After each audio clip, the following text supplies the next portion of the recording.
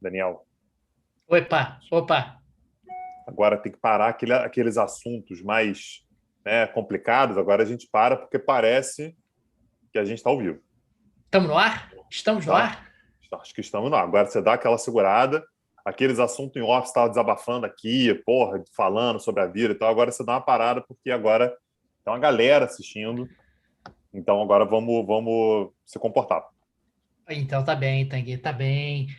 Tanguy, você acha que eu vou ficar me desabafando com você, Tanguy? Eu tenho mais o que fazer, Tanguy. Tem mais o que Daniel, eu fazer. tenho, eu tenho print, Daniel. Eu tiro o print disso aqui tudo, hein? Gente, boa noite, bem-vindos. Mais um encontro aqui do Petit Jornal, nessa parceria com o Clipping CACD. Mais uma aula gratuita, né, Tanguy? Nesse compromisso que nós assumimos de periodicamente oferecer aqui um conteúdo gratuito para as pessoas. E hoje, Tanguy, vamos falar sobre ela, aquela nação que é chamada de um subcontinente, aquela nação que, pô, vai dominar o mundo, ou não, a gente vai falar bastante sobre isso. A Índia, né, Tanguy? Boa A noite. Índia. Boa noite, Daniel. Décima aula gratuita. Décima aula gratuita. Então, a gente assumiu esse compromisso no ano passado. Estamos mantendo, né? E com regularidade, né? Do início era meio que a gente via quando ia dar uma aula gratuita e tal, e agora a gente tem o compromisso de uma vez, sempre a cada 5 semanas, assistir, na verdade, oferecer uma aula gratuita para quem quiser assistir. Sempre lembrando que a gente tem compromisso aqui toda semana, né? Todos os dias, na verdade, toda terça-feira, 21 horas, é o nosso compromisso fixo da semana, que são as aulas do Petit Jornal. Então, é sempre uma aula gratuita e 4 semanas de curso. A aula de hoje, Daniel, é sobre um país que é meio injustiçado, né? Assim, porque a gente compara o pobre do país com a China, e realmente é até injusto, né? Com a Índia querer fazer uma comparação com a China. E ainda assim, Daniel, a Índia não faz feio, não, viu? A Índia, ela Tanguy, atua direitinho ali. acho que a Índia pode dar uma atropelada na China daqui a algumas décadas. Olha A aí, gente vai olha, olha falar o Daniel sobre apostando isso. alto, apostando Trago alto. polêmica hoje, hein? Trago Daniel, polêmica. A China está você vai. preocupada, inclusive. Eu quero te fazer uma pergunta para saber se o que você está dizendo é sério. Se Ah, você for pegar aqueles 8 milhões que você guardou, dólares, né? 8 milhões de dólares, que você euros, tem são euros. guardado, São 8 milhões de euros, euros, no isso, euros, caso, é. perdão. Eu sempre fico na dúvida qual é a moeda, mas aqueles 8 milhões de euros que você tem guardado em banco suíço, você espalhou pelo mundo. Se você tiver que botar em um país Ilhas só, Caimã, aqui, não é não, Banco Suíço. Ilhas tudo Caimã. bem, não A Suíça interessa. dá muita informação para os governos. Vai lá, pergunta, a Suíça conta, não dá. Não, não. É um desses paraísos fiscais aí, Suíça, é um paraíso fiscal. E você tem que botar o seu dinheiro para só tirar no ano de 2050. China ou Índia? Olha, hoje, Índia, Hoje, Índia, agora. Índia, Índia. E Tem eu certeza? vou justificar aqui ao longo do nosso encontro de hoje, Tanguy. Então tá bom. Acho que a Índia tem condições aí de galgar uma rivalidade de igual para igual com a China e muito provavelmente, talvez até ultrapassar a China por alguns aspectos que a gente vai discutir aqui ao longo do nosso encontro de hoje. O interessante é que a gente está falando aqui sobre Índia e China, a gente teve uma aula gratuita sobre China, teve um curso inteiro sobre China numa outra oportunidade aqui no Petit Jornal, e a gente está ignorando os Estados Unidos, né? Tipo, Estados Unidos porra, vai ficar para Não, não. trás mesmo, Não, não. assume aí que já era. É isso. Você está enganado. Nós tivemos um curso inteiro sobre os Estados Unidos. O E senhor sobre China está. também. E sobre China, não é? Então, um para cada superpotência. Só está faltando a Rússia. Vou jogar a ideia logo. Aí, daqui a pouco, a gente fala de Rússia, fala sobre o Brasil, que é o país do futuro. Porra, tem 70 anos que o Brasil é o país do futuro, e a gente fecha porra, as potências todas. Olha aí, você está dizendo que o Brasil é uma potência, é isso. Você está Opa, botando o Brasil no mesmo nível das outras. tô Enfim, botando. Tanque, hoje é o nosso encontro sobre a Índia, esse título aqui carnavalesco escolhido pelo Tanguy Baghdadi, do Tuk-Tuk a Tata Motors, a Índia do século XXI. Hoje a gente vai se concentrar muito na Índia do século XXI, quer dizer, na Índia atual e fazendo inclusive projeções e perspectivas em relação ao futuro. É interessante, Tanguy, que eu li com atenção um relatório que foi produzido pelo governo indiano. Esse relatório foi produzido há 2 anos já, antes da pandemia. E é o relatório Índia 2030, com todas as visões do governo indiano, todas as fraquezas que são diagnosticadas na economia indiana, como resolver essas fraquezas, como remover os gargalos. E a meta ali é muito clara: nós queremos o topo. Nós queremos o topo do mundo, não em 2030, mas em 2030 nós já queremos estar muito mais próximos do topo do que estamos agora. E me chamou muito a atenção a consciência dos indianos em relação às suas fortalezas, em relação às suas fraquezas. E depois, curiosamente, ingenuamente, fui procurar o relatório Brasil 2030. Não achei. Aliás, não achei nem o... Não achei. Não achei nem o Brasil 2022. Não achei nem o Brasil... Aliás, não achei nem o Brasil 2021, porque o orçamento ainda não está fechado. Então, não achei nem o Brasil 2021. Veja você. Não, mas é porque é um projeto secreto de dominação do Brasil, Daniel. Você faltou a sagacidade. A BIM escondeu muito bem o projeto porque você não achou. Vai ficar dando de bandeja. O Brasil, ele olha o que os outros estão fazendo e não deixa ninguém copiar a gente. É essa a malandragem do Brasil. Olha aí. Mas, claro, quando a gente está falando de Índia, a gente está falando de um gigante, né, contextualizando um pouco aqui a nossa discussão de hoje, um país de 1,3 bilhão de pessoas, um país, inclusive, que muito provavelmente deve ultrapassar a China, tem um crescimento vegetativo maior do que a China já há bastante tempo. Eu lembro de um determinado momento que o governo da Índia chegou a colocar como política de Estado ter a maior população do mundo, algo que a China, pelo contrário, a China muitas vezes adotou ali políticas de restrição ao crescimento populacional, restrição ao número de filhos que a família podia ter, que o casal poderia ter. E aqui não, aqui a gente está falando de um país que durante muito tempo projetou ter uma população maior como forma de alavancar o seu crescimento e alavancar o seu poder. Pode parecer um detalhe a questão da população, mas não é. Um dos drivers de longo prazo mais importantes de crescimento de qualquer país é a população. Por razões óbvias. A população é mais gente para trabalhar, mais gente para produzir, mais gente para consumir, mais gente para impulsionar a economia, para fazer a economia crescer. Não é por acaso que quando a gente olha para algumas potências emergentes no mundo ao longo das próximas décadas, países que vão ter um crescimento populacional muito vigoroso acabam aparecendo como potenciais referências, como potências emergentes. A gente pode pegar, às vezes...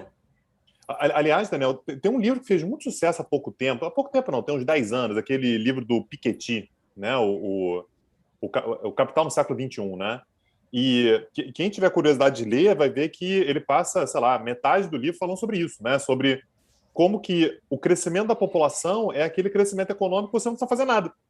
Só de ter crescimento da população, a economia já cresce.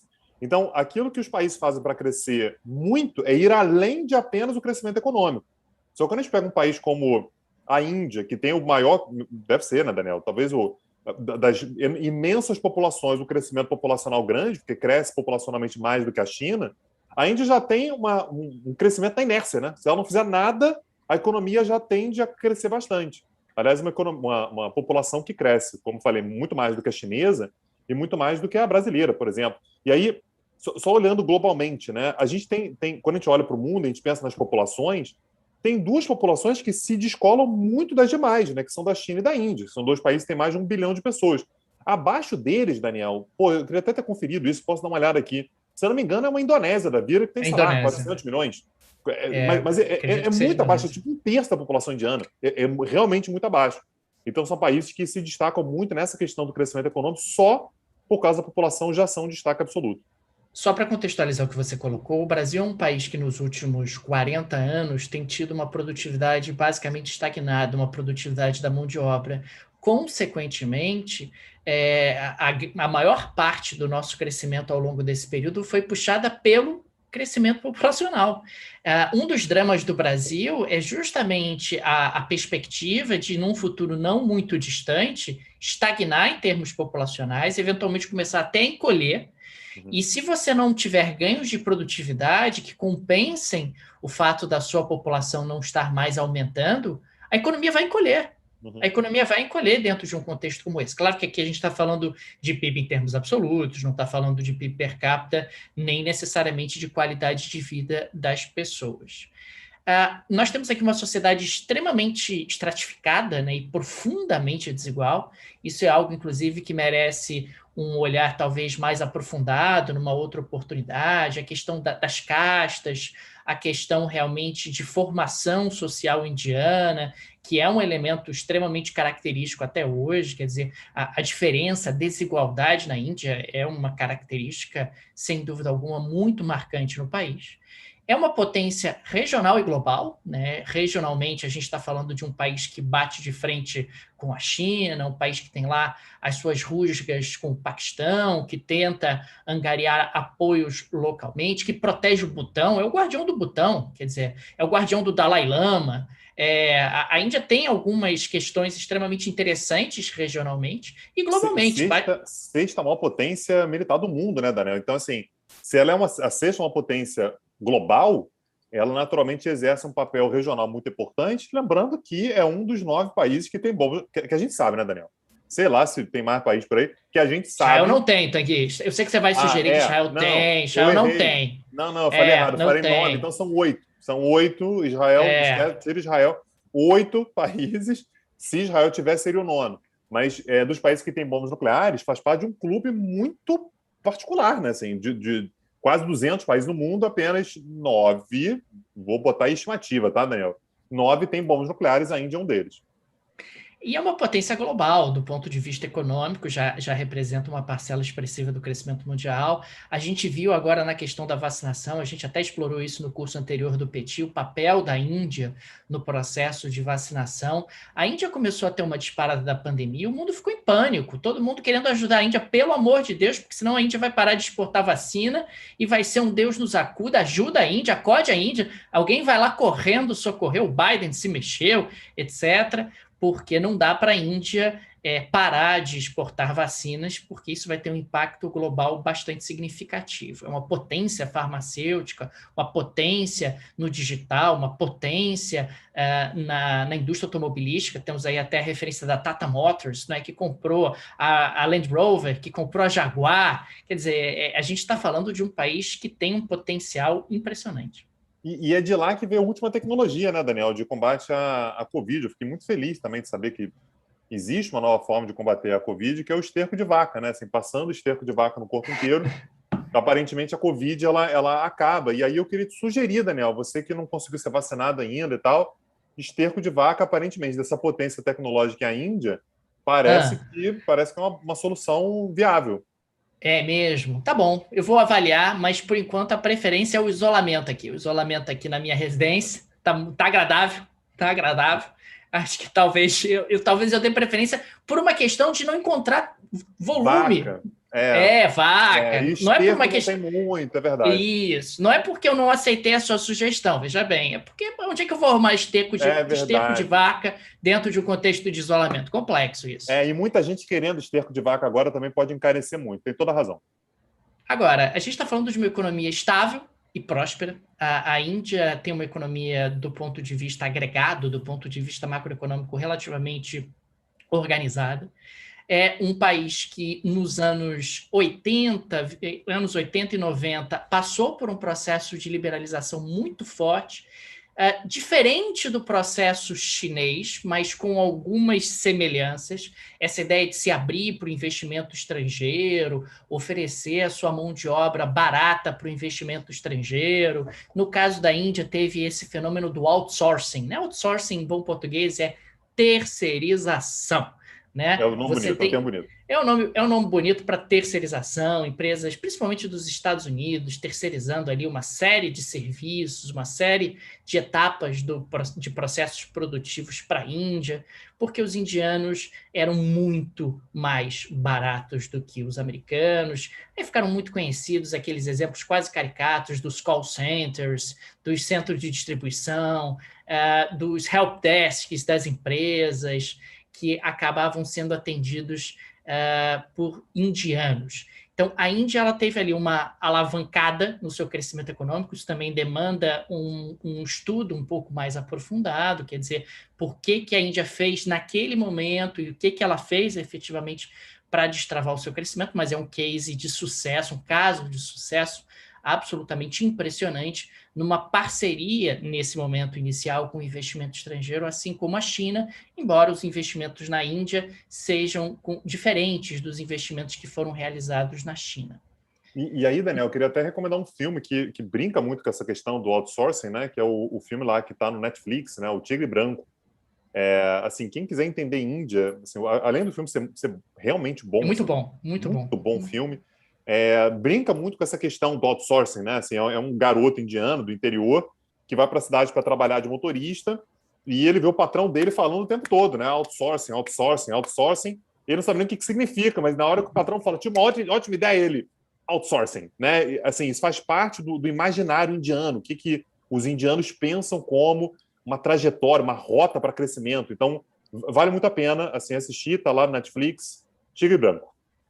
E esse processo de outsourcing que a Índia experimenta é um processo muito fortemente relacionado aos Estados Unidos. Aliás, os Estados Unidos são, ainda hoje, o principal parceiro comercial da Índia, o que é interessante, né? A Índia é do lado da China, e mesmo assim tem os Estados Unidos ainda como seu principal parceiro comercial, tem uma proximidade significativa e algo relativamente recente, não foi sempre assim, não. A aproximação entre Índia e Estados Unidos não é algo que vem de muitas décadas atrás, não vem lá da época da Índia independente, muito pelo contrário, vem de um período bem mais recente. A Índia tem tido... Aliás, você não quis tocar no assunto, você não quis botar o dedo na ferida, mas a Índia era próxima da União Soviética, né? É verdade, é O modelo verdade. econômico Eu indiano tangenciei. eu percebi. Mas o modelo soviético o modelo indiano era muito mais soviético do que norte-americano. Queria polemizar? Não. A Índia ficou estagnada quando teve próxima da União Soviética. Colou nos Estados Unidos, decolou. É uma coincidência? Talvez, mas é um fato. Entendi. Então, na prática, o que a gente tem são dois países que adotaram o modelo soviético e vão ser as duas maiores potências do mundo daqui a alguns anos. Mas isso aí a gente deixa para outro momento, né, Daniel? Mas Isso aí... abandonaram o modelo soviético. Veja bem, decolaram quando abandonaram o modelo soviético. Enfim, mas é uma discussão mais profunda para uma outra oportunidade. É uma inflação baixa, essa é uma característica também da economia indiana, uma inflação relativamente baixa. Recentemente, inclusive, passou a ter regime de metas de inflação, passou a adotar diretrizes bem ocidentalizadas no que diz respeito à sua política monetária, tem um déficit público e um endividamento controlado, o que, sem dúvida alguma, é mais fácil quando você também tem uma economia que cresce muito. Quando a sua economia cresce muito, a relação dívida-PIB tende a ficar relativamente estabilizada, porque por mais déficit que você gere, isso é compensado pelo crescimento do PIB, né? Então, as coisas acabam ficando mais ou menos sob controle. E elevadas reservas internacionais. A Índia é um dos países do mundo com mais reservas internacionais, reservas em moeda forte, reservas em dólares. Quer dizer, é um país que tem fundamentos muito sólidos. Uma economia que cresce muito. E isso é curioso, né, Daniel? Porque a gente costuma pensar em reservas internacionais elevadas, países que normalmente têm uma riqueza da população muito grande, mas a população indiana é muito pobre, né? Assim, eu estava vendo os dados, a gente vai desenvolver isso mais, mas os dados da população indiana são de uma renda muitíssimo baixa. Então, aí eu queria até te perguntar se você sabe como é que funciona isso. A população mais pobre tem reserva também, ou o fato de você ter uma desigualdade muito grande, você tem pouca gente com muita reserva? Nesse caso, a gente está falando de reservas do governo indiano. Então, são reservas internacionais do governo indiano, do Banco Central indiano, que lá é chamado de Fed of India, né? É numa clara alusão ao Federal Reserve dos Estados Unidos. Então, são reservas em moeda forte nas mãos da autoridade monetária.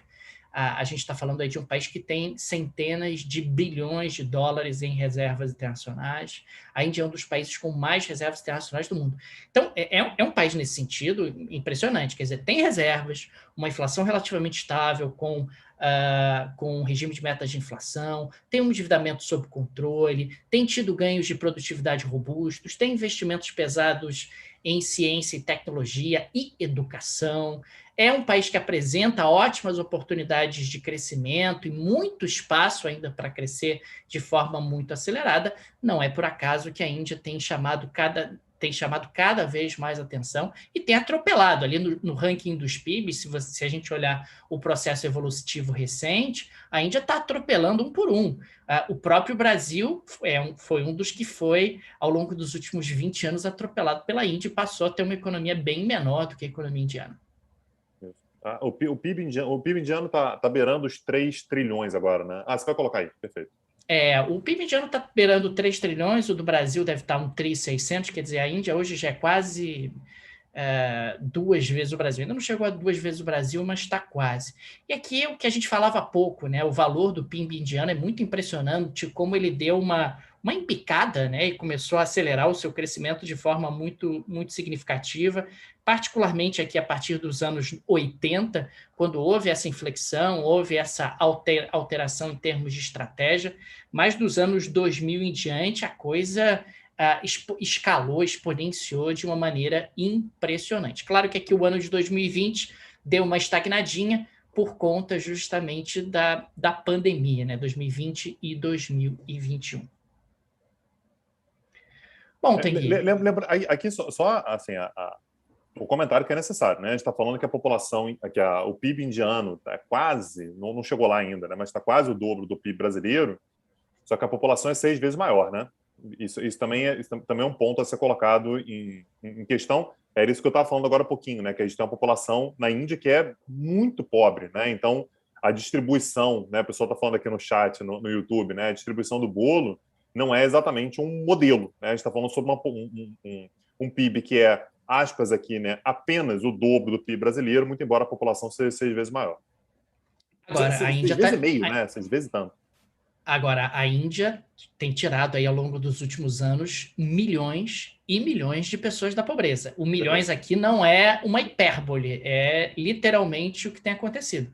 Você tem retirado ao longo dos últimos anos milhões e milhões de indianos da pobreza. É muito impressionante a velocidade com que a Índia vem fazendo isso, inclusive. Falando um pouquinho de futuro, né, projetando aqui alguns elementos em relação ao futuro da Índia, a Índia vai manter taxas de crescimento elevadas, né? Não há nenhum indicador que esse processo se reverta. Você pode ter uma pandemia e aí ter 1 ou 2 anos ruins, você pode ter ali algum tipo de instabilidade política, porque essa é uma diferença importante entre China e Índia. A Índia é uma democracia, embora você falou do Tigre Branco, né, do filme Tigre Branco, ele critica e debocha em vários momentos a maior democracia do mundo por conta de algumas considerações que são feitas no filme, mas é uma democracia, e democracias têm instabilidade política, né? Democracias têm ali movimentos de ajuste, de desequilíbrios, de rearrumação, e a Índia, quando passa por esses momentos de ajuste, eventualmente o crescimento dá uma desacelerada. Isso acontece, diferentemente do caso chinês, que é uma ditadura, e você acaba tendo um processo um pouco mais linear nesse sentido. A Índia cresce mais do que a China, tem uma taxa de crescimento maior do que a taxa de crescimento chinesa, deve continuar tendo uma taxa de crescimento maior do que a taxa chinesa ao longo dos próximos anos. Tem vetores de longo prazo para isso. A Índia cresce muitíssimo mais do que os Estados Unidos, né? A gente está falando de um país que cresce aí na casa de 7%, em alguns momentos chegou a bater 8%. No início desse ano, por conta da pandemia, chegou-se a estimar que a Índia podia crescer esse ano 10%. Claro que boa parte desse 10% é recuperação da retração do ano anterior. E eu coloquei aqui uma frase, né? The future is yellow and brown, que é uma frase que os indianos repetem, que, aliás, está inclusive presente nesse filme O Tigre Branco que o Tanguy fez referência. Que eles dizem isso com muita clareza. Olha, o futuro é amarelo e brown. E aí fazendo referência a eles indianos, né? Com uma cor de pele mais morena. Que mais uma geração e os Estados Unidos ficou para trás. E é real. Isso é uma projeção matemática que isso vai acontecer. Mais uma geração e os Estados Unidos estão fora dessa disputa, digamos assim, global. Índia e China tendem a se tornar aí os 2 grandes rivais globalmente falando. E isso aí a gente falou em curso, né? Falou em aulas recentemente, né? A gente teve uma aula que a gente falou basicamente sobre inovação. E esse foi um dos aspectos que a gente tratou, né? Que a tendência é que assim, isso não é para agora, tá? Mas a gente está pensando aí nos próximos 50 anos, talvez, o Ocidente se torne a periferia da Ásia, né? Com isso, a gente não quer dizer, em hipótese alguma, que os Estados Unidos são carta fora do baralho, que a Europa vai perder importância de forma absoluta, até porque, pelo menos, os Estados Unidos têm uma capacidade de renovação econômica muito importante, né, e tal, mas vai ter que começar a se mexer, né? Os Estados Unidos, eles vinham também muito naquela posição de ser, assim, era o Schumacher da coisa, né? Assim, ninguém vai chegar nunca, né? Não tem muita disputa. E agora já tem disputa, e não é disputa que está começando a ver no retrovisor, não. Já está começando a realmente chegar perto, já está pegando o vácuo. Então, a tendência é que os Estados Unidos continuem sendo uma economia forte, importante, a Europa também, não dá para descartar, mas o fato é que as condições macroeconômicas colocam China e Índia como os países que, isso a gente vai ver ainda hoje, né, mais inovam, com os países que mais criam coisas novas, que têm mercado crescente. Lembrando, Daniel, isso é um aspecto importante também desse cenário todo que a gente está traçando, China e Índia eram, até pouco tempo, dois países que tinham uma população enorme que não consumia. Não era uma população que tinha capacidade de consumo. Então, você olhar para a população chinesa, mais de 1 bilhão de pessoas. Você vai ver quem consome mesmo, devia ser, sei lá, 15% disso. Tudo bem, 15% da população chinesa é muita coisa. 10% da população indiana é muita coisa, claro que é. Mas quando você começa a explorar essa capacidade de produção, aumento de produtividade com tecnologia e aumento da capacidade de consumo, a gente está falando sobre países que têm uma escala de crescimento que é muito diferente. A gente está falando sobre os Estados Unidos com 320 milhões de pessoas. 320 milhões de pessoas, Daniel, um territóriozinho, deve ser o território o distrito, né, o estado mais populoso da Índia, que é o Arunachal Pradesh, né, que fica ali pertinho de Nova Delhi, deve ter isso. Deve ser, a população dos Estados Unidos deve estar só em Arunachal Pradesh. Né? Então, a gente está falando sobre uma escala de crescimento muito maior. Uma escala que você não tem como rivalizar num longo prazo. Esse é o ponto. E é interessante que eu tava lendo sobre o nosso assunto de hoje na preparação dessa aula, e é interessante como as referências dos chineses em relação à Índia são mais ou menos as seguintes. Olha, hoje a gente está preocupado aqui com os Estados Unidos, guerra comercial e tal, mas a gente já entendeu que no momento T+2, T+3, a nossa briga é com a Índia. A gente já entendeu isso, que a gente tem um encontro marcado um pouco mais lá na frente, na esquina, em função justamente das perspectivas e das oportunidades que os indianos oferecem. Tanto isso é real que a China, num passado muito recente, começou a tentar comprar tudo na Índia. Começou a entrar para comprar as empresas indianas, as startups indianas, falou: vou comprar antes que isso aqui decole. Né? Já vou, de forma, digamos assim, preventiva, tentar conter aqui um pouco os indianos na medida em que eu começo a controlar uma grande quantidade de empresas dentro do território indiano. E a reação da Índia foi muito: opa, não, devagar. Já Daniel, entendi o que você está querendo fazer. mas assim, eles perceberam. Essa aí era fácil também, né, Daniel? Porque foi assim no século XIV, no século XV, no século XVI, no século XVII, no século XVIII. Aí no século XIX a Europa começou a avacalhar o negócio. Aí sempre foi, né? China e Índia, mais uma vez, a gente já tem falado, várias aulas a gente já falou isso. O mundo ele girava de fato em torno de China e Índia. A gente falou recentemente, não lembro agora se foi aula gratuita, se foi curso, mas a China respondia por 36% da população mundial, e vou chutar aqui, tá, Daniel? A Índia devia ser 20%. Você pegava os dois países, era mais de metade da população mundial. Ora, considerando que a produtividade ela não se diferenciava muito, porque você não tinha uma revolução industrial, ou seja, cada pessoa produzia mais ou menos a mesma coisa, a produtividade era mais ou menos a mesma no mundo todo, a gente está falando sobre dois países que têm 50% da economia mundial. São dois países que têm 50% da capacidade militar mundial. São dois países que têm a capacidade de 50% de tudo mundial. Então, é meio que, ao longo do século XXI, a gente volta a ter o cenário que a gente sempre teve. É basicamente isso. Então, assim, a Europa e os Estados Unidos descolaram, desgarraram durante algum tempo, aí aumentaram a produtividade, mas agora a gente volta a ter o que a gente sempre teve.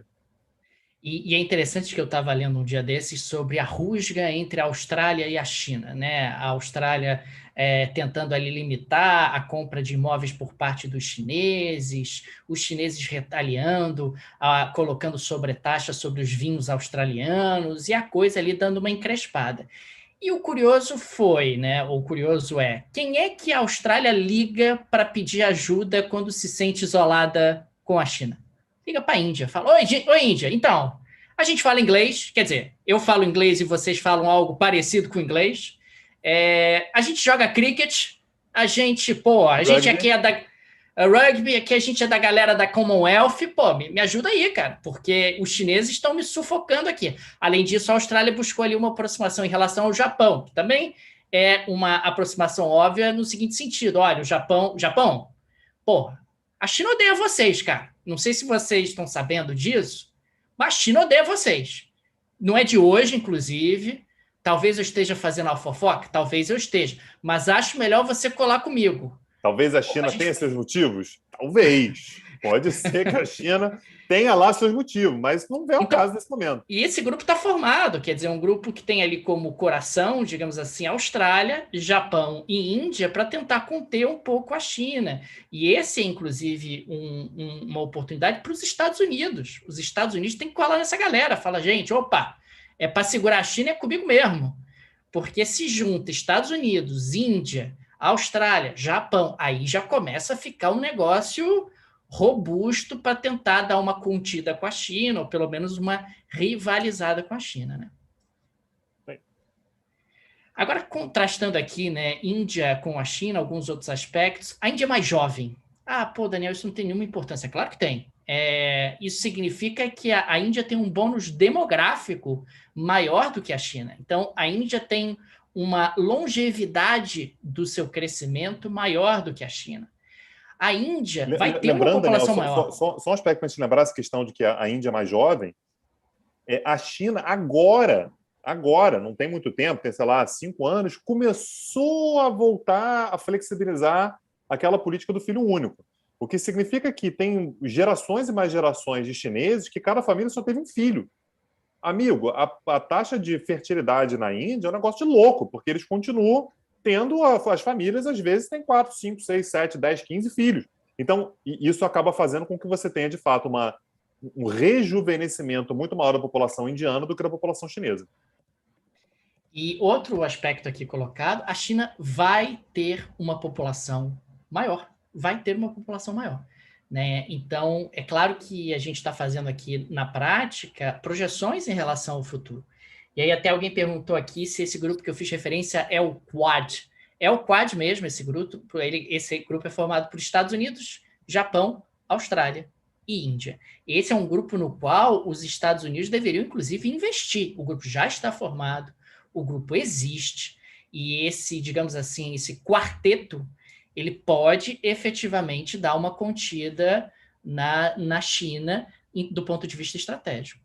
Repara, Daniel, isso é muito interessante, né? Porque quando os Estados Unidos, durante a Guerra Fria, precisaram conter a União Soviética, o que eles fizeram foi a política da contenção. Isso começa lá com Truman, lá em 1947. Então, qual era a ideia? Eu não vou entrar em guerra com a União Soviética. Entrar em guerra com a União Soviética vai ser pior para mim, vai ser uma guerra que vai ser muito difícil de ganhar, eu estou mais distante, e eu vou dar pano para manga. Os caras vão conseguir ganhar a sobrevida.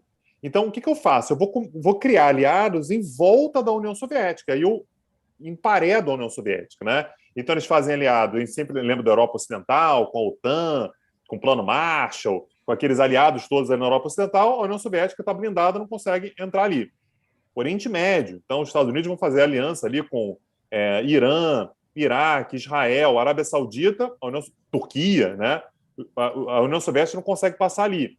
Vão ter seus aliados na Ásia e vão ter seus aliados no Extremo Oriente, lá com Coreia do Sul, Japão e tal. Quando a gente pensa sobre a China agora, a lógica é a mesma. Não dá para entrar em guerra com a China. Ninguém é louco de imaginar uma guerra contra a China. Nem a China é louca de imaginar uma guerra contra os Estados Unidos. O que você faz? Você cerca. Então você começa a olhar para aquela região e vai trazendo a galera para o seu lado. Onde que os Estados Unidos se embananaram? No momento em que eles puderam fazer a parceria Transpacífico, e Obama assinou, o Trump não entrou. O Trump saiu, na verdade, né? Então os Estados Unidos entraram, o Trump saiu. Então, nesse momento, quando o Biden volta a olhar para o problema chinês, a Índia, perdão, se torna absolutamente estratégica de novo, porque quando a gente olha para aquele cenário ali, o país que tem mais condições e mais vontade de conter a China já não é mais o Japão. Coitado do Japão. O Japão não tem muito o que fazer. Também, Né? também não é a Austrália. Também não é a é a Austrália. Austrália. Coitado da Austrália. Esse país, assim, quem o Biden vai bater nas costas e fala assim, ó, você é o capitão do nosso time, hein? Confia em você, hein? É a Índia que está nesse bolo. Então, a Índia, ela assim, nunca foi pequena geopoliticamente, mas nesse momento ela joga um papel muito importante geopoliticamente para os Estados Unidos também. E aí eu acho interessante que esse grupo Quad, né, que é Estados Unidos, Índia, Austrália e Japão, eles se auto-intitulam, nós somos 4 democracias. Isso. Quem diz isso está querendo contrastar e dizer, ó, a Índia é uma ditadura, hein, gente? Acho melhor ser amigo das democracias. A China, desculpa. A China é a ditadura. Acho melhor você ser amigo das democracias. Vem pro lado certo, pro lado do bem. Não é isso? É algo que essa mensagem tenta passar. Perfeito. Bom, a Índia tem mais espaço para ampliação de investimentos. Aliás, esse é um dos elementos, inclusive, que é colocado lá no relatório Índia 2030 como um dos pontos de fragilidade, um dos pontos onde a Índia tem muito a crescer. Quer dizer, a Índia ela tem uma taxa de poupança ainda relativamente baixa em comparação à China, tem uma taxa de investimento relativamente baixa em relação à China. Então, se a Índia trabalhar um pouco mais no aumento da poupança e no aumento do investimento, o crescimento pode acelerar ainda mais. Esse é um gargalo que foi detectado pelo governo indiano. Quer dizer, você pode adotar ali algumas estratégias, algumas políticas para impulsionar ainda mais o investimento na Índia e acelerar o crescimento. Lembrando que investimento aqui é comprar fatores de produção para produzir, é aumentar a capacidade produtiva de uma determinada economia, é nisso que a Índia está efetivamente focando. E mais espaço para ampliação de produtividade. A Índia tem mais espaço para ganhar produtividade em comparação à China. A China já ganhou muita produtividade. Produtividade aqui da mão de obra. Né? Você ter uma mão de obra mais produtiva significa que você precisa de menos gente para fazer a mesma coisa. Isso é o que significa ter uma... Ou então em menos tempo. Isso é uma mão de obra mais produtiva. A Índia tem mais espaço para ganhos de produtividade quando comparada à China. Tem uma frase que eu gosto muito do Paul Krugman, né, o Prêmio Nobel de Economia. Ele diz, produtividade em economia não é tudo, mas no longo prazo é quase tudo. Porque, no final das contas, a produtividade, inclusive, ela consegue ultrapassar a questão populacional, por exemplo, sobre a qual a gente falava há pouco. Se você tiver ganhos de produtividade, você não precisa ter uma população crescendo tanto. Se você tiver ganhos de produtividade, você pode ter uma população mais rica, você pode ter pessoas com maior capacidade de consumo. A produtividade, nesse sentido, é um elemento fundamental. Basta a gente pensar que países nórdicos, por exemplo, tem meia dúzia de pessoas lá e são países riquíssimos porque a produtividade é altíssima. Né? Então você consegue usar tecnologia para tudo, você tem respostas rápidas para tudo e tal. E, aliás, Daniel, a gente está olhando para países nórdicos, não precisa, né? A gente está no Brasil. O Brasil tem uma população grande. Tá? Assim, lembrando que você tem 2 países gigantes em termos populacionais. Tirando isso, o Brasil está no bolo ali. O Brasil está ali com Nigéria, um pouco atrás dos Estados Unidos e tal. Entre os países de população grande, a gente está ali. Né? A gente tem uma população muito maior do que a russa, muito maior do que a canadense, muito maior do que qualquer país europeu. E a gente não consegue, porque a produtividade é muito baixa. Então, nesse sentido, olhar para o aumento da produtividade, para além da questão apenas demográfica, é estratégico. Sem isso, você não consegue se destacar. Esse é um elemento até interessante, porque a produtividade tem uma série de desdobramentos. Às vezes as pessoas colocam, puxa, mas lá nos países nórdicos a jornada de trabalho é menor do que no Brasil e eles mesmo assim ganham mais. Por quê? Produtividade. Porque você consegue produzir mais em menos tempo e, consequentemente, isso acaba sendo sustentável e compatível com uma remuneração mais alta. E aqui mais espaço para ampliação do mercado consumidor, mais espaço do que a China. Existe aí realmente uma perspectiva por conta do crescimento populacional, por conta do aumento de produtividade que vai ampliar a renda, por conta da desigualdade brutal. Você tem ali bolsões e oportunidades absolutamente impressionantes em termos de expansão do mercado consumidor na Índia. A gente vai ter oportunidade de falar isso depois, Daniel, mas só queria, assim, esse é um ponto importante. Tá aí, é o PIB per capita. Na verdade, eu queria falar um pouquinho sobre a renda per capita. a renda per capita indiana chega a ser vergonhosamente baixa. Está falando sobre uma renda per capita de $2.000. A renda per capita brasileira, gente, é de $8.000. A renda per capita indiana é de $2.000. E quando a gente fala sobre $2.000, Daniel, é considerando o cara que é multimilionário, que tem uma renda per capita gigantesca. A gente tenta imaginar qual é a renda de boa parte da população. Então, se você aumenta a renda per capita de 2.000 para 2.500, o nível de consumo que você consegue criar aí é um negócio inacreditável, é coisa de outro mundo. E aqui até, isso aqui são gráficos produzidos pelo próprio governo indiano, nesse relatório da Índia 2030, e esse relatório é de 2019. E aí é a projeção aqui de ampliação do PIB per capita da Índia até 2030. Eles dizem, olha, nós temos 3 cenários, basicamente. Um primeiro cenário, onde a gente vai ter aqui uma reversão nas chamadas reformas que a Índia quer fazer, reformas do ponto de vista tributário, educacional, etc. Então, esse seria o cenário mais pessimista, é o cenário 1. O cenário 2, a Índia mantém o mesmo ritmo de reformas que tem hoje e o mesmo ritmo de busca dos objetivos do planejamento 2030. E um cenário 3, onde as reformas são aceleradas. As reformas e os objetivos estratégicos da Índia são acelerados. E aí a projeção que a Índia vai fazendo é a seguinte, olha, no cenário 1, a gente chega a $2.700 de renda per capita em 2030. No cenário 2, a gente chega a $4.000 de renda per capita. No cenário 3, a gente chega a $5.600 de renda per capita em 2030. Lembrando que o Tanguy disse há pouco, a renda per capita no Brasil é superior a $8.000. Mas olha o ritmo de crescimento da renda per capita. É algo absolutamente impressionante. Né? E aqui o PIB, né? O PIB poderia alcançar 4,3 trilhões em 2030, 6,5 trilhões no cenário 2, 9 trilhões no cenário 3. Isso já em 2030. É algo impressionante. Você dobrar, triplicar o PIB não é uma coisa trivial, assim, num universo de tempo tão curto. Mas é algo que a Índia está almejando e deve conseguir, inclusive, com alguma tranquilidade. A Cíntia perguntou aqui, Daniel, por que o Brasil é tão pouco produtivo? Qual é o nosso problema exatamente?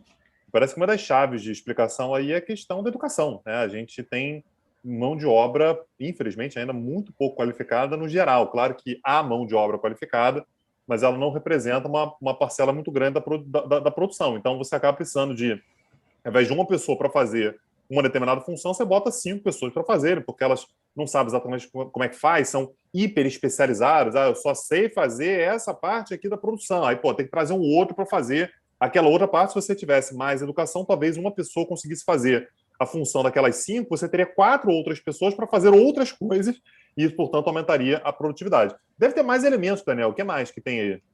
Tem mais, tem bem mais. Esse é um aspecto, sem dúvida nenhuma. O baixo nível educacional da população brasileira é algo que atrapalha, mas você tem aspectos relacionados também à legislação, você tem aspectos relacionados à dificuldade de acessar máquinas e equipamentos, você tem aspectos relacionados à cultura, você tem aspectos relacionados à organização do sistema produtivo, você tem aspectos relacionados à maneira como o setor privado e o setor público se relacionam, você tem aspectos relacionados à falta de concorrência, aspectos relacionados à legislação, e aí você vai ficar aqui numa discussão só para isso. Quer dizer, cabe um curso só sobre os fatores que levam a produtividade no Brasil a ser baixa. Bom, avançando aqui um pouquinho, Tanguy, só para pensar um pouco em termos de população, eu achei isso muito interessante, né? Que é que a gente está falando da Índia em 2005, tá? Índia em 2018, que são os dados de quando esse relatório é feito. Índia em 2030. E aí você tem uma distribuição da população indiana, né? Que a parte verde ali é a população rural. Quer dizer, em 2030, o governo indiano ainda projeta 44% da sua população sendo rural. Eu acho isso muito impressionante. muito impressionante. O que a gente costuma colocar é que o tamanho da população rural, dentro dessas modelagens de crescimento, em grande medida, o espaço que você ainda tem para crescer. Uhum. Porque Tem gente que pode ir para a cidade, oferecer mão de obra, a mão de obra baratear e você ter, portanto, mais oportunidade de produção, de aumento da produtividade, aliás, né? Exatamente, quer dizer, você consegue manter aí um determinado ritmo de crescimento. Né? E aí tem outras classificações que eles colocam, o rural desenvolvido, que aí é um rural já mais mecanizado, mais agronegócio, você tem o resto do urbano, e você tem também esse é o ponto que me chama mais atenção, tá, Daniel? Assim, o fato de você ainda ter, assim, pensar que em 2005, 60% da população indiana era agrária, já é um negócio impressionante. Só para lembrar, o Brasil deixou de ser um país agrário para ser um país urbano na década de 1950. Na década de 1950, o Brasil faz essa transição. A Índia está fazendo essa transição nesse momento. Repare que em 2018 estava 51. Então, nesse momento, a transição está sendo feita. Então, repara, né, o descompasso temporal da coisa. Mas apenas 27% da população é de fato urbana. E a gente está falando sobre um país, Daniel, que tem uma cidade como, por exemplo, Mumbai, que tem 18 milhões de habitantes. A gente está falando sobre uma cidade como Delhi, por exemplo, que é Não, absolutamente. Cuidado. O que esse gráfico está dizendo aqui, o que você está trazendo é o que ele chama ali de metro. Metro, como até está colocado ali, são as top 9 cidades mais populosas da Índia, que são Delhi, Mumbai, Bangalore e por aí vai. Então, essas megalópolis, elas representam ali só os 6, 7, 8%. Então, mas mesmo assim, tudo bem, beleza, você não tinha reparado, mas se você somar 27 mais 5 mais o 8, ainda assim é uma parcela da população ainda muito pequena. E mesmo assim, eu falei dos 59% que estavam no campo, mas a gente tem que somar os 59 com 13, né? Que também está no campo. É rural desenvolvido.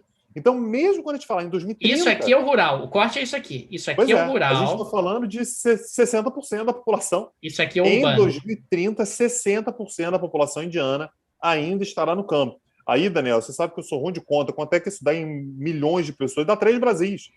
São 3 Brasis num país que tem uma dimensão territorial que não é tão gigantesca assim, que é menor do que o Brasil. São 3 Brasis que estão no campo ainda.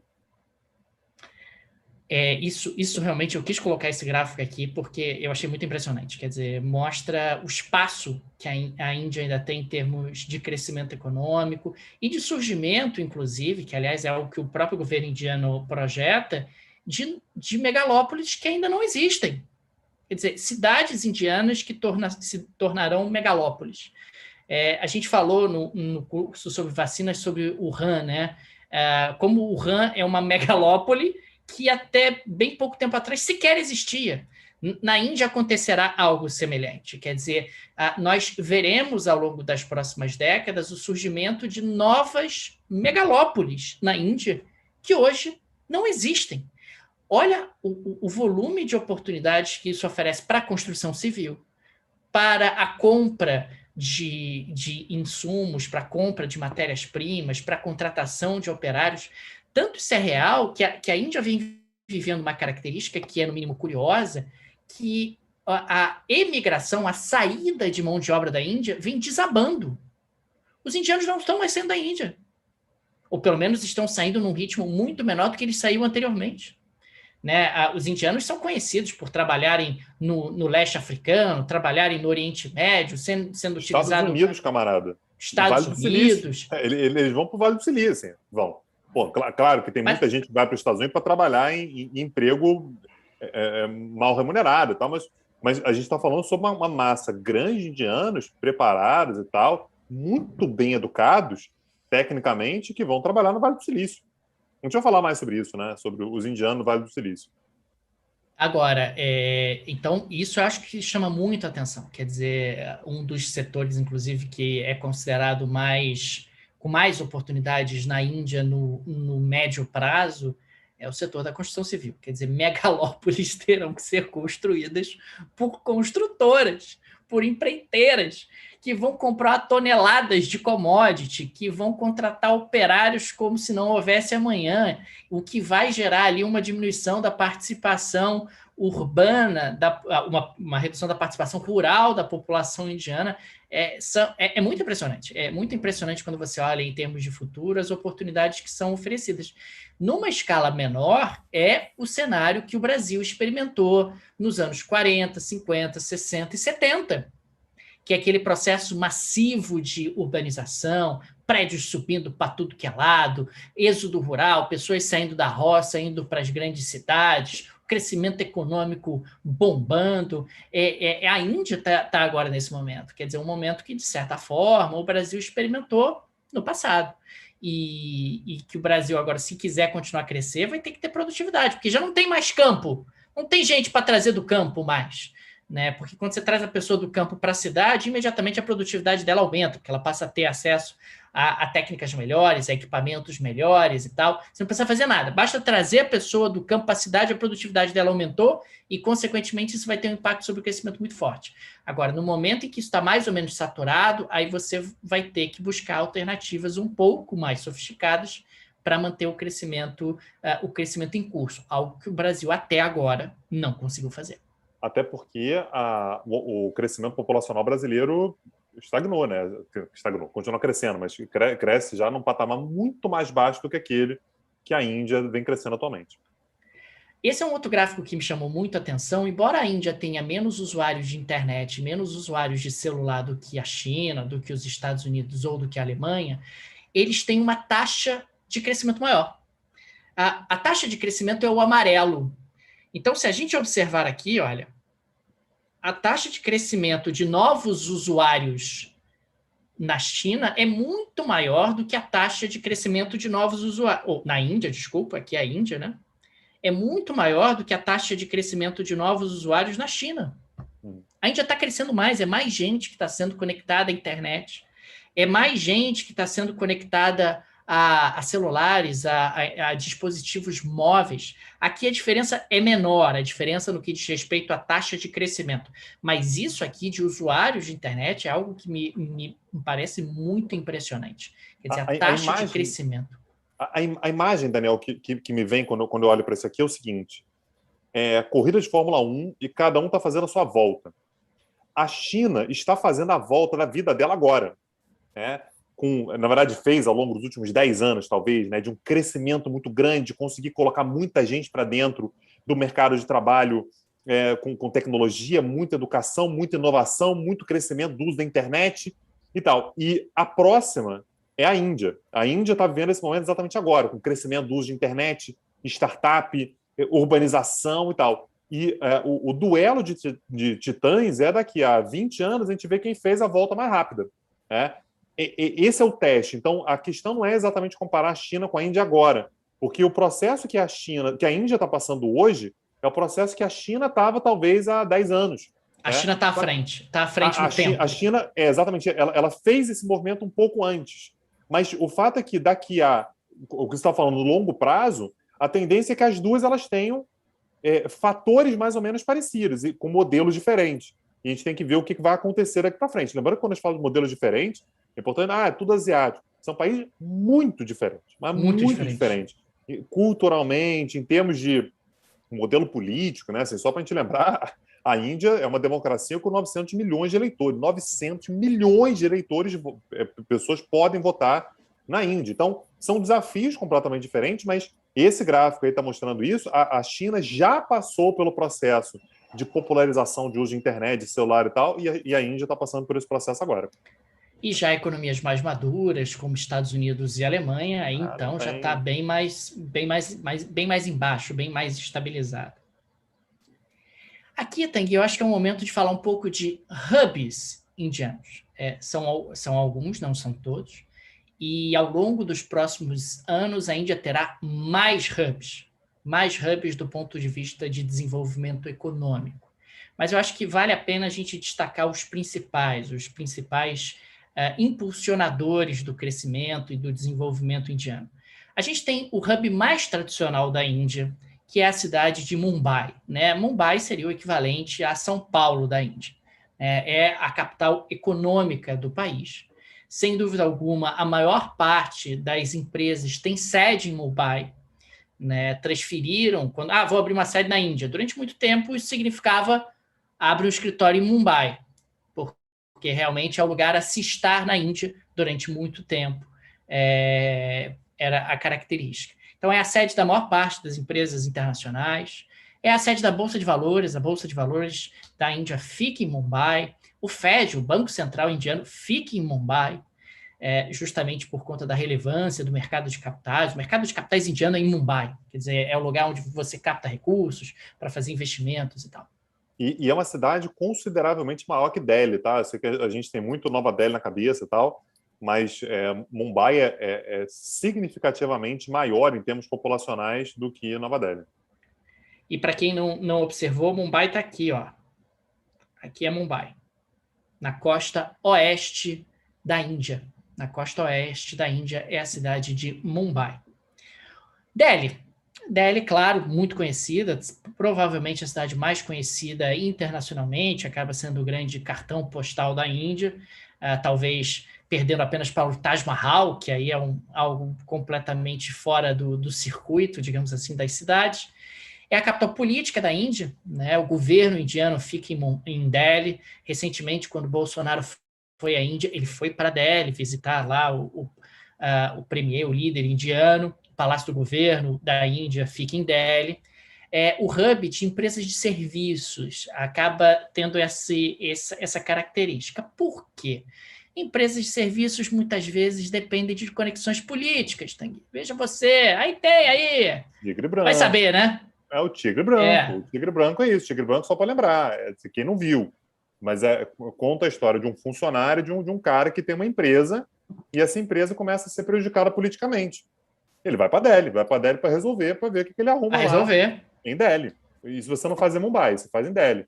E a dúvida dele, né, Daniel, se ia para Delhi ou se ia para Bangalore, que está ali embaixo, né? Bengaluru, né? Se ele ia para Bangalore, que é a cidade da inovação. Mas ele vai para Delhi para resolver a questão politicamente. Aqui está Delhi, né, bem no norte do país, região central, bem lá no norte do país, acaba sendo a capital do país e acaba sendo a sede de empresas de serviços, muitas delas dependendo ali de concessões do governo, de autorizações do governo, de algum tipo de relacionamento com o governo central indiano. Bangalore, como o Tanguy fez referência há pouco, está aqui, né? Aqui no mapa aparece Bengaluru, que também é uma outra nomenclatura muito utilizada, uma grafia muito utilizada para essa cidade. É uma cidade aqui no centro, no sul. É conhecida como o Vale do Silício da Índia. Ou seja, é aquela cidade da TI, é a cidade do digital, é uma cidade realmente da inovação. Não é a única, mas é a principal. É a maior, é a mais volumosa das startups. Então, a indústria de alta tecnologia em TI, né, em tecnologia da informação, a engenharia de aviação e aeroespacial. Eu achei muito interessante porque Bangalore tem unidades de pesquisa e desenvolvimento da Boeing e da Airbus. As duas têm ali um centro de pesquisa e desenvolvimento. Por quê? Porque você tem engenheiros indianos muito bons e baratos. Por que eu vou ter... Eu posso desenvolver uma parte do meu projeto na Índia, que é muito mais barato. E Daniel, só permanecer nesse slide ainda, primeiro eu estou perguntando aqui, e Nova Delhi? Delhi e Nova Delhi é a mesma coisa, tá? Assim, Delhi é somente a forma carinhosa de chamar Nova Delhi. E assim como cidade... Mumbai e Bombaim. Mumbai é a mesma coisa. E tem outra cidade, me chama a atenção no mapa indiano, Daniel, porque é como se fosse uma cruz, né? Como se você estivesse fazendo o sinal da cruz. Porque você tem Delhi no norte, você tem Bangalore no sul, você tem Mumbai e do outro lado você tem Calcutá, que também é uma cidade grande, importante, regionalmente é fundamental, que está ali do outro lado. Então é como se fosse de fato uma cruz. São dois eixos, né? Na porção leste ali você tem Calcutá, que está exatamente essa faixa entre Delhi e Calcutá é a região mais populosa. Foi essa região que eu falei, né? Exatamente essa faixa. Começa em Delhi, vai até Calcutá, tem mais ou menos a população dos Estados Unidos aí. Só nesse trecho que o Daniel botou aí, deve ser Estados Unidos e Canadá. E não é exagero, tá, gente? Eu não estou falando, tá exagerando. Só nesse trecho aí que o Daniel circulou em amarelo, deve ter a população dos Estados Unidos e do Canadá. Porque historicamente sempre foi a região mais populosa da Índia, né? Sempre foi a região mais populosa. Isso tem raízes históricas bastante antigas. Então, Bangalore acaba sendo ali o Vale do Silício, a cidade da inovação, a cidade ali dos escritórios de empresas. O Google tem ali uma representação fortíssima em Bangalore, a Microsoft. Você está falando realmente de uma cidade que respira inovação e é um centro absolutamente impressionante de startups, um celeiro de startups, de unicórnios indianos. Lembrando que o unicórnio é a startup, a empresa de capital fechado que alcançou $1 bilhão de valor de mercado. Essa acaba sendo a caracterização de um unicórnio. Continuando aqui um pouquinho, a gente tem a cidade de Chennai, que é essa aqui. E Chennai é a Detroit da Índia. E aí, fazendo uma referência aos Estados Unidos, a cidade de Michigan, que era justamente a cidade dos automóveis, das montadoras nos Estados Unidos, a cidade da General Motors nos Estados Unidos. E essa acaba sendo o lar da crescente indústria automotiva da Índia. Então, você tem uma grande quantidade de montadoras na região de Chennai, acaba sendo uma indústria mais pesada, uma indústria metal-mecânica, uma indústria com uma característica um pouco diferente da indústria, por exemplo, de Bangalore. Peraí, Daniel, peraí. A Detroit da Índia estava pronto para você me dizer assim, tá quebrada, não tem mais nada, tudo Tá lá não, cara. enferrujado. Tá Não, não. não é o caso, então? Não, é o contrário, está prosperando loucamente, cresce sem parar, está produzindo cada vez mais carros, numa escala maior. Tá bombando, tá Então bombando. é a Detroit dos anos 50, né? É a Detroit dos anos 50, sim, a Detroit 50. dos anos 50, entendeu? Tá ali produzindo, motocicleta, automóvel, é uma coisa maravilhosa. Vem tudo ali de Chennai. A indústria indiana exporta muitos automóveis, muitas motocicletas, acaba tendo uma crescente participação no mercado internacional. E, de novo, é uma indústria mais tradicional, mais pesada, metal mecânica. Aí nós temos aqui a cidade, eu não vou conseguir pronunciar isso, tem que me ajuda aí, Ahmedabad. Ahmedabad. Tá isso. Ahmedabad. Que é essa cidade aqui, no mapa indiano, que é o coração de uma indústria mais tradicional, Tanguy, a indústria têxtil da Índia. Você sabe, Tanguy, que uma das brigas lá dos indianos com o Reino Unido, na época do Reino Unido, né, que o Reino Unido estava por ali e tal, é que o Reino Unido não queria deixar os indianos terem indústria têxtil. Veja você, chato isso, né? Tem que comprar os tecidos que vêm do Reino Unido e tal. Parece até, como é que chama, Daniel? Parece até exclusivo colonial, não parece? Não é igualzinho. É isso, é a mesma coisa. Então você acabou tendo, posteriormente, o desenvolvimento de uma indústria que é uma indústria antiga na Índia, para os padrões indianos, justamente ali na região de Ahmedabad. Pronunciei, tá aqui, não sei Aí você falar me isso. Tá complica. Ahmedabad. Aliás, Daniel, Ok, por que tem esse nome, Ahmedabad? Porque é um nome árabe, né? Um nome de sonoridade árabe, por porque ali isso no que eu pedi a norte sua da ajuda. Índia, eu sabia que você ia me pedir ajuda, porque no norte da Índia a gente teve uma presença maior de muçulmanos. Não por acaso, Daniel, basta a gente olhar onde é que está o Paquistão, né? O Paquistão está ali do lado. Então, naquela região ali, a gente tem uma presença bastante grande, uma concentração bastante grande de muçulmanos, desde que no século XI a gente teve ali um império mameluco que ficou ali. Isso aí é assunto para outra aula. E a cidade de Pune, né, Tang? Pune, melhor, né? Pô, tá ótimo. Pune que acaba sendo o maior polo universitário do país. Não é o único, mas é um polo universitário importantíssimo, bem pertinho da cidade de Mumbai. Até o desenvolvimento está muito atrelado a isso, fornecimento de matérias-primas ou de mão de obra qualificada para empresas com sede em Mumbai. E a mais da metade dos estudantes internacionais na Índia estão em Pune. Me chamou muito a atenção que a Índia se tornou um polo atrativo de estudantes internacionais. Uhum. Estudantes internacionais da região sul da Ásia e também do Oriente Médio. Ele recebe uma grande quantidade de estudantes do Oriente Médio. A Índia tem se destacado cada vez mais pelas suas universidades, pela qualidade das suas universidades, que tem sido incrementada de maneira muito significativa ao longo dos últimos anos. O Genário, aliás, ele está aqui fazendo um comentário importante, Daniel, que o nível dos estudantes indianos também, ele, assim, isso foi construído naturalmente com o passar do tempo, ele é altíssimo também por causa do domínio de línguas, né? E a Sim. Índia, né, eu estava vendo aqui, a Índia tem 447 línguas. 447. Então, assim, eu não quero fazer o clichêzão aqui, tá? Mas a gente tem uma diversidade linguística tão grande que isso acaba criando uma facilidade para que as pessoas elas consigam estudar, compreender mais idiomas, além do inglês, né? A gente já tem as línguas locais, as línguas regionais, os idiomas, os dialetos e tal, e mais o inglês. Então, isso acaba fazendo com que a Índia ela seja um mosaico linguístico, o que pode ser muito complicado para criar a unidade do país. Em compensação, ela acaba sendo muito aberta para pessoas que vêm de fora. Você acaba tendo um entendimento muito grande de diversas línguas. Isso é uma facilidade que os indianos têm, principalmente no nível do inglês. Isso acaba sendo uma vantagem competitiva, Tanguy, é o que a gente poderia colocar nesses termos, digamos assim. Sabia que você ia Bom, trazer um termo técnico bonito para isso. olha Mentira, não só, sabia não. Tanguy, aqui é o crescimento projetado das populações aí das principais megalópolis indianas. A cidade de Delhi, que em 2018 tinha ali aproximadamente 28 milhões de habitantes, deve chegar a 38 em 2030.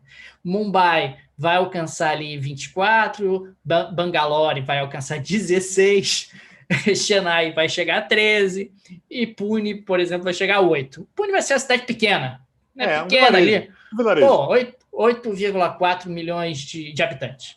Pune é tipo Petrópolis. Né? É isso. Pô, vou É ali, isso. muita gente aqui, eu vou dar um pulinho ali em Pune, porque ela só tem 8 milhões de habitantes.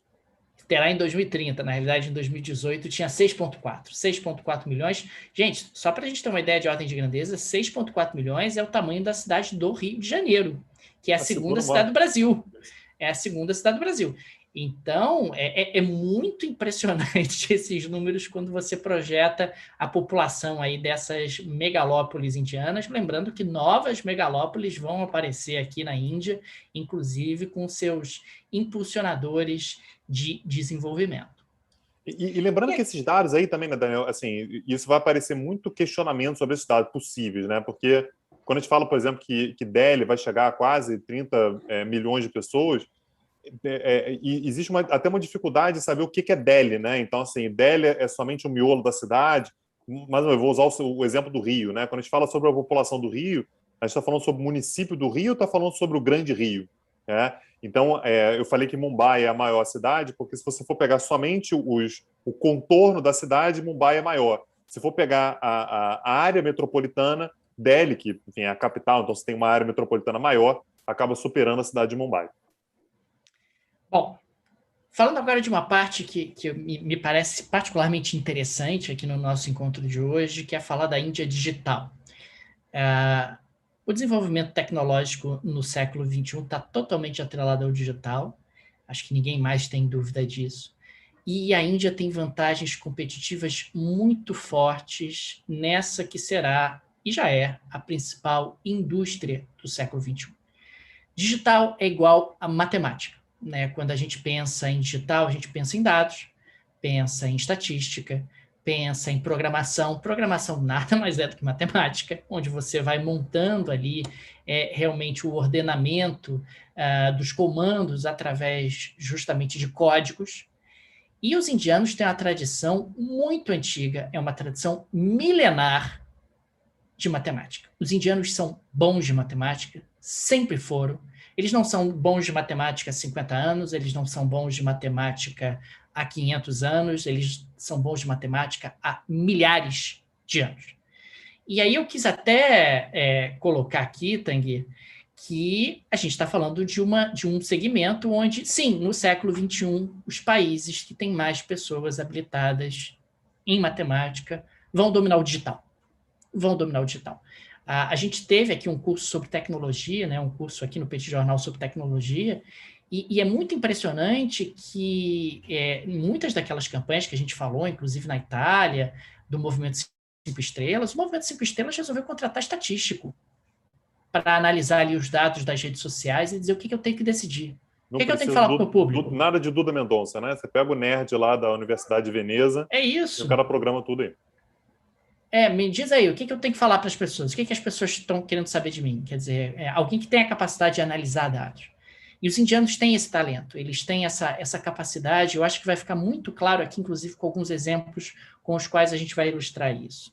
A tradição matemática da Índia é tão antiga, Tanguy, que eu tive que citar aqui o nome de um matemático indiano muito conhecido por todos os nossos amigos, tenho certeza absoluta, o Bhaskara, Tanguy. Bhaskara é indiano, Tanguy. Quem não conhece o Bhaskara? Confiar, cara. Teorema de Bhaskara, né? Fórmula de Bhaskara. Fórmula de Bhaskara. Todo mundo já ouviu falar na fórmula de Bhaskara. Pois é, gente. Bhaskara, aliás, não é um só, você tem mais de um Bhaskara. Bhaskara é indiano. O Bhaskara da fórmula de Bhaskara, a fórmula de Bhaskara foi desenvolvida na Índia. Quer dizer, uma das mais importantes inovações da matemática. Aliás, você tem uma quantidade enorme de inovações matemáticas tendo sido produzidas e desenvolvidas no subcontinente indiano. Então, os indianos são bons de matemática há milênios. Não é algo que eles aprenderam ontem, é algo que foi passando ao longo de gerações. E isso acaba sendo um diferencial competitivo impressionante da Índia dentro de um século onde a Índia está inserida com uma vantagem competitiva que talvez seja a vantagem competitiva mais interessante do século, naquele século especificamente, que é justamente o digital, que são justamente os dados, a programação, que demanda conhecimentos matemáticos sofisticados. E o que é impressionante, Daniel, porque ela começou a se preparar para isso antes da gente saber da existência de rede social, né? Ela começa a fazer investimento muito maciço em educação na década de 70, 80. Né? Sinceramente, não tinha como saber. Eu não sei, você acha que dá para saber? Acho que não, né? Que assim, no século XXI os dados vão ser a coisa mais importante que você tem por aí.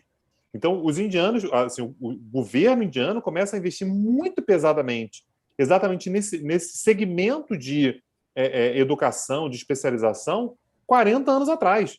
Então, é como se a roda tivesse rodado e parado bem na vez da Índia, assim, certinho. É o que a Índia precisava no momento certo para conseguir esse crescimento espetacular que ela está começando agora, está vivendo agora, mas que tende a se desenvolver ainda mais daqui para frente. E eu quis colocar aqui, Tanguy, algumas referências da Índia no Vale do Silício.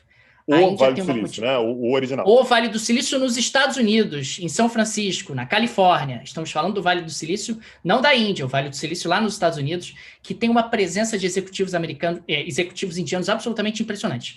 Eu não estou falando de filhos de indianos que nasceram nos Estados Unidos, eu estou falando de indianos que nasceram na Índia, que foram educados na Índia, que foram formados na Índia e que foram trabalhar nos Estados Unidos ou então foram fazer uma pós-graduação nos Estados Unidos. Eu trouxe aqui 2 exemplos para ilustrar isso, que são simplesmente os CEOs do Google e da Microsoft.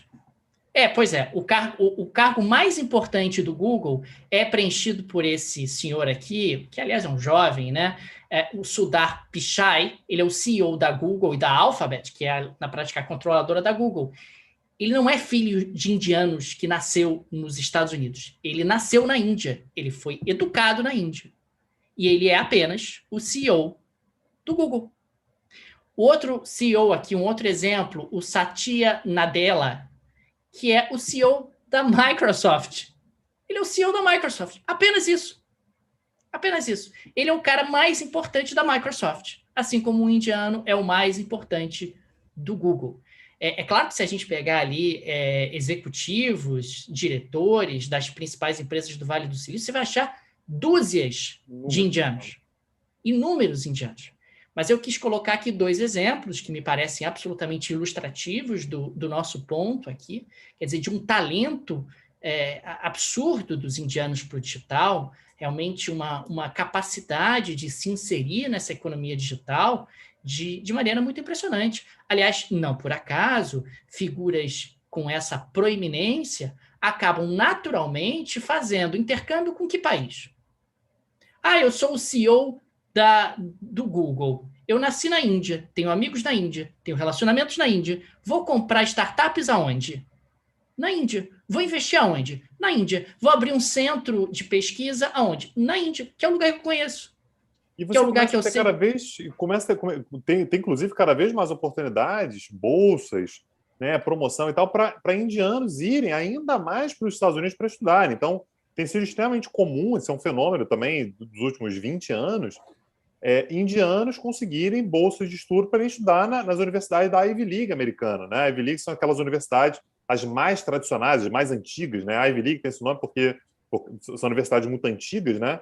Que tem aquelas eras que sobem, né, pelos muros. Então, essas universidades são as principais americanas, são chamadas de Ivy League. A quantidade de indiano que está lá também em posições de destaque é inacreditável. E já é, portanto, uma marca, quase uma marca de qualidade, né? Você vê um cara que é indiano, pô, fez o ensino médio na Índia, estudou na Índia, pô, esse cara tá bem formado, né? A tendência é que esse cara ele de fato frutifique. Isso acaba levando muito dinheiro para a Índia, né? Pode parecer muito indireto, mas começa a ter mais investimento na Índia, mais compra de startup, mais investimento, mais incentivo. Então a Índia acaba ganhando muito com isso também. Até porque alguns desses executivos voltam para a Índia, vão abrir negócios na Índia, vão encontrar oportunidades no seu país de origem. É normal isso. É normal as pessoas voltarem para onde vive a sua família, para onde tem o seu relacionamento, tem as suas raízes. Então, isso é muito impressionante. É muito impressionante a qualidade dos executivos indianos, a inventividade. Eles entendem de digital. Entendem de digital porque eles têm um background que é uma tradição milenar em matemática do país no qual eles nasceram. É claro que são pessoas da elite indiana, ninguém está falando aqui da massa, mas a elite indiana já é suficientemente volumosa para você ter muita gente, né? Para você ter muita gente boa e gente bem formada tendo oportunidades em empresas de referência internacionais. E outro ponto importante, a Índia já é o terceiro país do mundo com mais unicórnios, a gente falou sobre isso há pouco. O unicórnio é uma startup, né, uma empresa de crescimento acelerado de capital fechado, que tem atingido US$ 1 bilhão. Então, a Índia ela perde atualmente apenas para os Estados Unidos e para a China, Que, mas convenhamos, você perder para os Estados Unidos e China, Daniel, beleza, né? Assim, eu sou o Atlético de Madrid, eu perdi na temporada, eu perdi só Barcelona para o Real Madrid. Amigo, tá bom, tá legal, você tá fazendo um trabalho extremamente digno, ganha de todo mundo. Assim, você perder para Estados Unidos e China é bastante digno. E mais um detalhe interessante é que a Índia apresenta uma taxa maior de crescimento. De novo a taxa, né?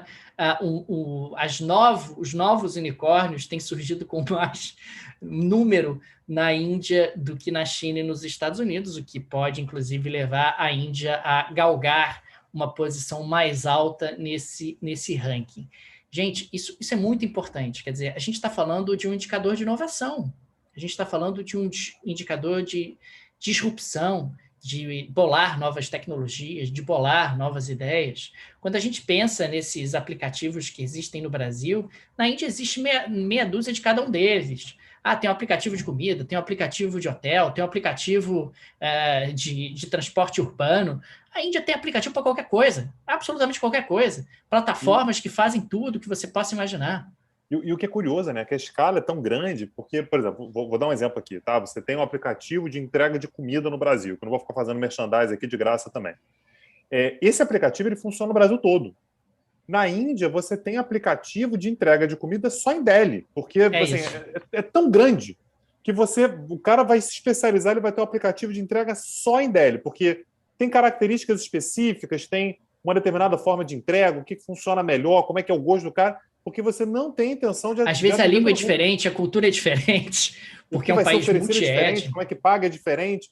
Então, você tem o aplicativo de transporte urbano que funciona só em Mumbai.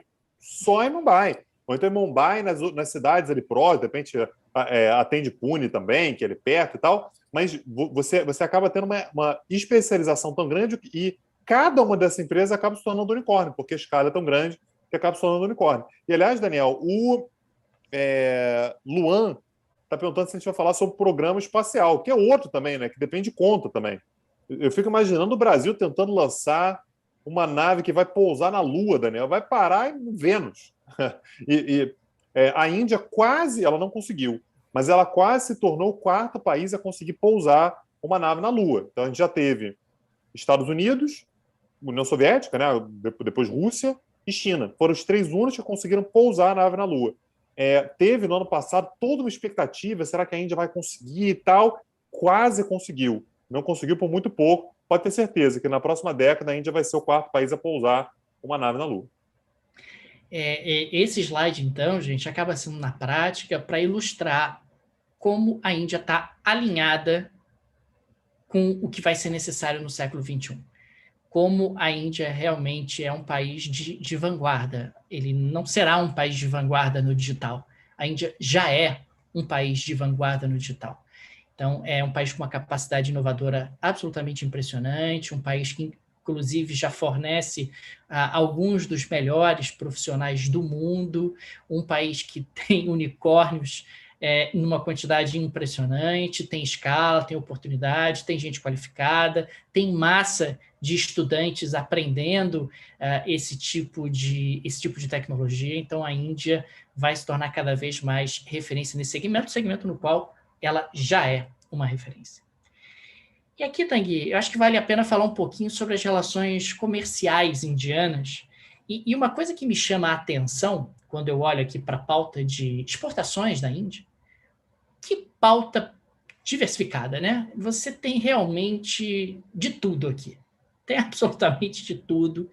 A Índia ela tem aí uma grande gama de produtos que acabam sendo exportados, desde commodities até produtos semi-manufaturados, passando por produtos manufaturados. Enfim, é uma diversidade de produtos que são exportados, e isso me chamou muito a atenção. Além de um produto aqui. Vai lá. Isso aqui é maravilhoso, né? Nuclear Reactors é um exportador de reator nuclear. Daniel, o produto que a Índia mais exporta é combustível. A Índia não tem petróleo. Então, assim, isso é espetacular, porque qual o raciocínio que normalmente é feito por qualquer país? Se eu tenho petróleo, eu crio uma refinaria para refinar o meu próprio petróleo. A Índia pensou na década de 80 que ela tinha que fazer o contrário. Eu não tenho petróleo. O que eu vou fazer? Eu vou ser uma referência mundial no refino de petróleo. Por quê? Porque eu consigo comprar petróleo cru no mundo todo, traz para cá. Do lado do Oriente Médio. Do lado do Oriente Médio, cara. Do lado, isso é importante lembrar. Quando fala do Oriente Médio, pensa aí no Irã. Durante muito tempo, aliás, as civilizações indianas, elas colavam ali nos impérios persas, né? Tá ali do lado. Então você compra e você consegue refinar muito mais barato. É muito mais barato para a Índia do que se ela comprar o petróleo já refinado. A ponto de a gente ter uma situação absolutamente bizarra e até meio vergonhosa, que é o fato de que o produto que o Brasil mais vende tradicionalmente para a Índia é petróleo. E o produto que o Brasil mais compra da Índia é combustível. Porque o Brasil vende, a Índia refina e a gente recompra. Olha que loucura, né? Então, o produto que a Índia mais vende de todos é um produto que a Índia não tem, naturalmente. Porque o Brasil não é capaz de refinar o petróleo que é extraído aqui, né? O Brasil não tem refinarias para refinar o petróleo pesado, ele tem refinarias apenas para refinar petróleo leve, principalmente oriundo do Oriente Médio. Agora, aparece aqui a indústria farmacêutica, que é um super destaque, né, na economia indiana, é conhecida por isso. Me chama aqui também a atenção de veículos, é um segmento muito relevante na Índia. O segmento eletroeletrônico também acaba sendo muito importante. E o segmento aqui químico, né, que acaba também sendo um segmento de destaque. Mas é uma pauta de exportações bastante diversificada, né? Acaba tendo uma diversificação muito grande e uma presença industrial representativa. Quer dizer, é um país que agrega valor de maneira muito significativa. A gente pode observar que a maior parte dos produtos que estão ali nas primeiras posições é de produtos manufaturados, não é de produtos primários, como é o que acontece no Brasil. E em termos de destino das exportações indianas, em primeiro lugar, os Estados Unidos. Né? Os Estados Unidos muito à frente, muito à frente. Né? Basta pensar aqui que a China é menos da metade. E a China está do lado. A China está do lado, tem fronteira com a Índia, e mesmo assim o principal destino das exportações indianas é os Estados Unidos, que está do outro lado do planeta. Está do outro lado do planeta. O que mostra aí uma proximidade, uma similaridade, uma interdependência muito grande da economia indiana com a economia estadunidense. A China aparece em segundo lugar, claro, a China é uma economia importante, acaba tendo ali um peso representativo nas exportações da Índia, e em terceiro lugar, isso me chamou muito a atenção, os Emirados Árabes Unidos, né? Um país com o qual a Índia tem relações muito fortes. Né? Você tem, inclusive, uma quantidade significativa de indianos vivendo no Oriente Médio, se eu não me engano, até recentemente, era inclusive a nacionalidade majoritária nos Emirados Árabes Unidos de estrangeiros, né? Principalmente uma mão de obra de baixa qualificação, operários, todos aqueles belos edifícios que a gente vê nos Emirados Árabes Unidos, majoritariamente foram construídos por indianos em termos de força de trabalho. Beleza? Beleza. Foi? Foi. Terminamos? Acabou? Terminamos, Tanguy, terminamos. Pô, Olha então, aí, Tanguy. então tem que falar do curso novo, né? Pô, me pegou de surpresa, né? Eu não sabia que ia ter curso novo. Você não sabia, não? Agora se vira aí. Se vira aí para explicar. Se vira aí para explicar. Então, beleza. Como é tradição já, né, Daniel? A gente fala, vai ter uma surpresa. Vai nada. Todo mundo já sabe o que vai acontecer. Mas a gente, na prática, a gente já pensa o conteúdo mais ou menos de forma integrada. E essa aula de hoje ela foi uma grande introdução, né, para a gente conseguir pensar na Índia de hoje com o objetivo de imaginar a Índia do século XXI. Como é que fica, né, a Índia daqui para frente. E isso acaba se linkando com o curso que a gente vai começar na próxima semana. Mais uma vez, como sempre, é o formato do Petit Jornal. 4 aulas, começando na semana que vem, então começando no dia 18 de maio, daqui exatamente 7 dias, sempre às 21 horas. Então, se você estiver com a gente, você tem um compromisso toda semana, toda terça-feira, 21 horas, cerca de 1h30 a 2 horas, fica novamente por aí. E o próximo curso, portanto, é A Índia e seu lugar no futuro, de potência periférica a potência mundial. E a intenção, Daniel, é que a gente consiga olhar para a formação da Índia, né? Então, assim, como é que a gente chega nessa Índia contemporânea, quais são as características da Índia contemporânea. Então, está aí a primeira aula, né, do país dos marajás à potência mundial, como é que a gente passa de um país que tem relações muito locais para se tornar, de repente, uma potência mundial, qual é a história que a gente desenvolve a partir daí. Na aula 2, né, então, essa aula já é a aula da semana que vem, tá? Na aula 2, no dia 25 de maio, a gente vai falar sobre a Índia e as suas fronteiras, ou seja, como é que é a relação da Índia com seus países lindeiros, né, os países mais próximos ali, os países com os quais a Índia exerce influência, tem atrito, então relação com a China, relação com o Paquistão, relação com o Sri Lanka, né, tudo ali pertinho. E a Índia com a periferia do mundo, né? Então, caso histórico de liderança, a gente vai lembrar o fato de que a Índia é um país que, ao longo de décadas e mais décadas, foi uma grande liderança do mundo periférico. A Índia era um daqueles países, Daniel, que dizia que durante a Guerra Fria eu não quero ser nem Estados Unidos e nem União Soviética. Eu não sou nem capitalista nem comunista. Eu sou a Índia. Eu sou a liderança do mundo periférico. Aliás, o Brasil, durante muito tempo, inclusive, entrou nessa onda indiana, seguindo a Índia, ela sendo parceira da Índia. Então, com isso, a gente vai ter a oportunidade de olhar para a relação da Índia com a África, para a relação da Índia com a China, com a China a gente já vai ter falado na aula anterior, mas para a relação da Índia com a África, com a América Latina, né, com países periféricos de uma forma geral. E na última aula, Daniel, a gente vai olhar para o palco mundo. Assim, como é que a Índia ela lida com as grandes potências, né? Então a gente vai destacar principalmente Estados Unidos e Europa, acho que talvez tenha um espacinho para falar de Rússia aí, e o futuro. Qual é o papel da Índia quando a gente fala sobre o século XXI, daqui para frente, qual é o lugar da Índia nesse cenário do século XXI.